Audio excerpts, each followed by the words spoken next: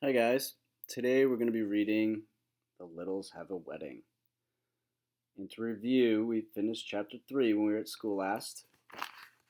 And Tom and Lucy were in Mrs. Big's jewelry box looking for a jewel for Cousin Daryl's wedding ring. So we're going to pick up on chapter 4.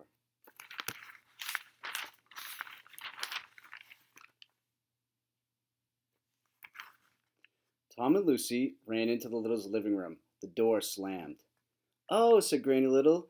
She was sewing in her rocking chair. "You made me stick my finger." Mrs. Little and Uncle Pete were sitting on the sofa with baby Betsy. The baby was pulling on Uncle Pete's mustache. "Isn't she smart?" Uncle Pete said. "Most children her age couldn't do that, could they?" Tom held up the ruby for all to see. "All we need to do now is find a ring to glue it to," he said. "It's beautiful, Tom," said Mrs. Little. "I do hope you did the right thing taking it. Mrs. Big won't miss it, Mother," said Tom. "Really?"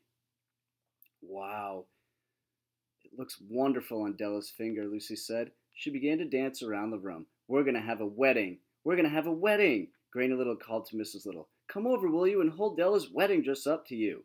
You're about her size. I want to hem it." Mrs. Little held the white dress to her shoulders.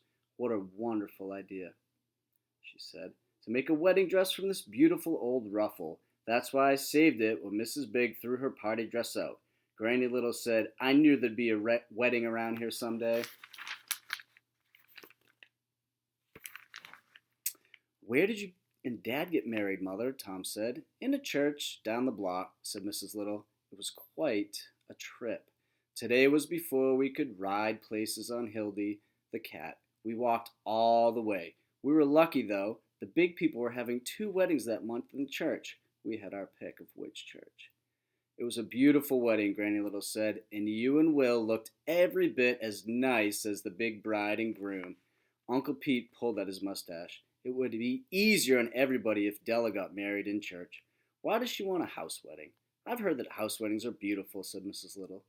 "But it's hard as all get out to find a house where big people aren't going to have a wedding," Uncle Pete said. "It has to be a house where tiny people live too." "Cousin Darrell will find a place," said Lucy. "He can do anything." "Don't be too sure," said Uncle Pete. "He looked for almost a month with no luck. He's dog bone tired." "Oh, Dinky loves flying around in that new glider of his," Granny Little said. "Don't worry about him."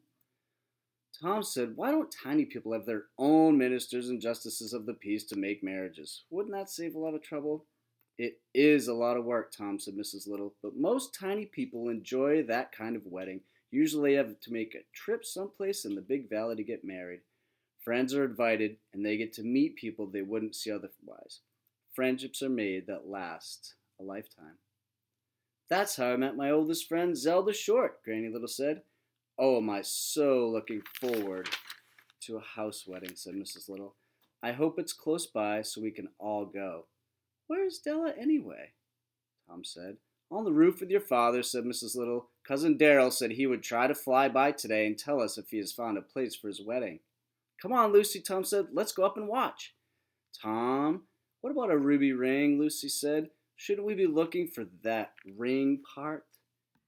"Oh, we have plenty of time for that," Tom said. "I don't want to miss the landing. I love to see Cousin Darrell land the glider on the roof." "Please be careful up there, children," Mrs. Little said, "especially if there's a wind." Chapter 5.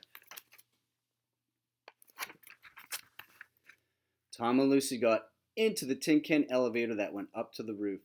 It was made from an old soup can and some pieces of string. Tom pulled on the string, and slowly the elevator went up. The children found their father and Della on the roof.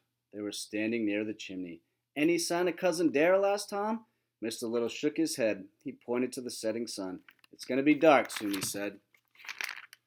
"Darrell wouldn't fly in the dark," said Della. She looked worried. A few minutes later, Tom shouted, "There's Cousin Darrell! He's over the trees!"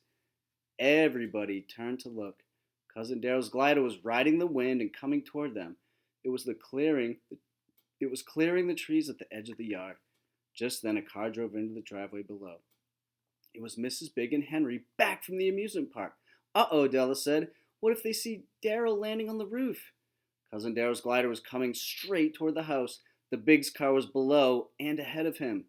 The car stopped and Henry Big jumped out. His arms were full of toys and prizes. Cousin Daryl's glider was almost over Henry's head. Whoop. Suddenly, two toy balloons seemed to leap out of the car behind Henry. They shot up in the air. It looked as if they were going to hit the glider. Cousin Daryl doesn't see those balloons, Tom said. Watch out, Daryl. Della wanted to close her eyes, but she didn't. You see the glider up top? Oop, right there.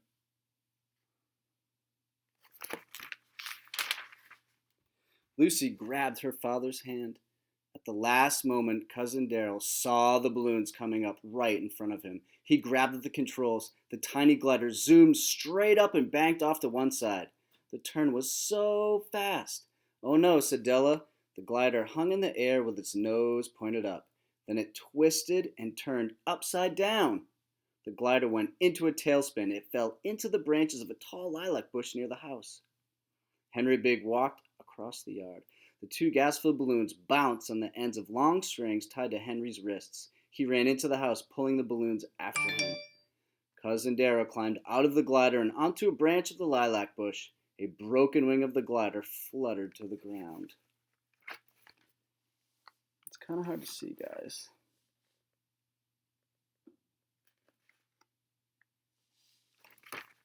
The Littles rushed down to the edge of the roof and looked down. Cousin Darrow was waving his arms in the air. Good news, he yelled. I found a place. It's okay. We're going to have a wedding. Chapter 6.